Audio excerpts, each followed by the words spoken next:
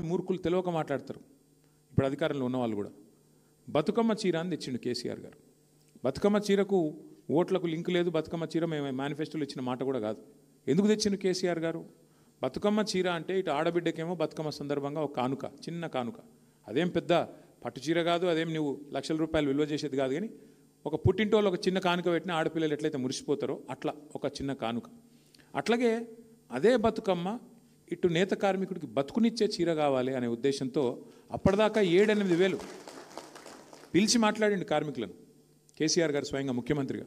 ఎంత వస్తుందా మీకు నెలకంటే? 7-8 వేల రూపాయలు వస్తుంది సార్, ఎట్లా బతకాలి, కిరాయిలు ఏంది, మా కథ ఏంది, మా బతికేంది, ఎట్లా చేయాలి, ఏం చేయాలి, రోజుకి 8 గంటలు నిల్చొని పనిచేస్తే కాళ్ళు గుంజుతున్నాయి, కాళ్ళు గుంజి ఆఖరికి చాలామంది బలహీనతలకు అలవాటు పడుతున్నారు, మందుకు ఇంకోదానికి ఆఖరికి అట్లే చచ్చిపోతున్నారు సార్. అంటే ఒకటే కండిషన్ పెట్టిండు సార్, నేను ఆర్డర్ ఇస్తా కానీ ఖచ్చితంగా మీ ఉపాధి, మీ వేతనం డబల్ కావాలి.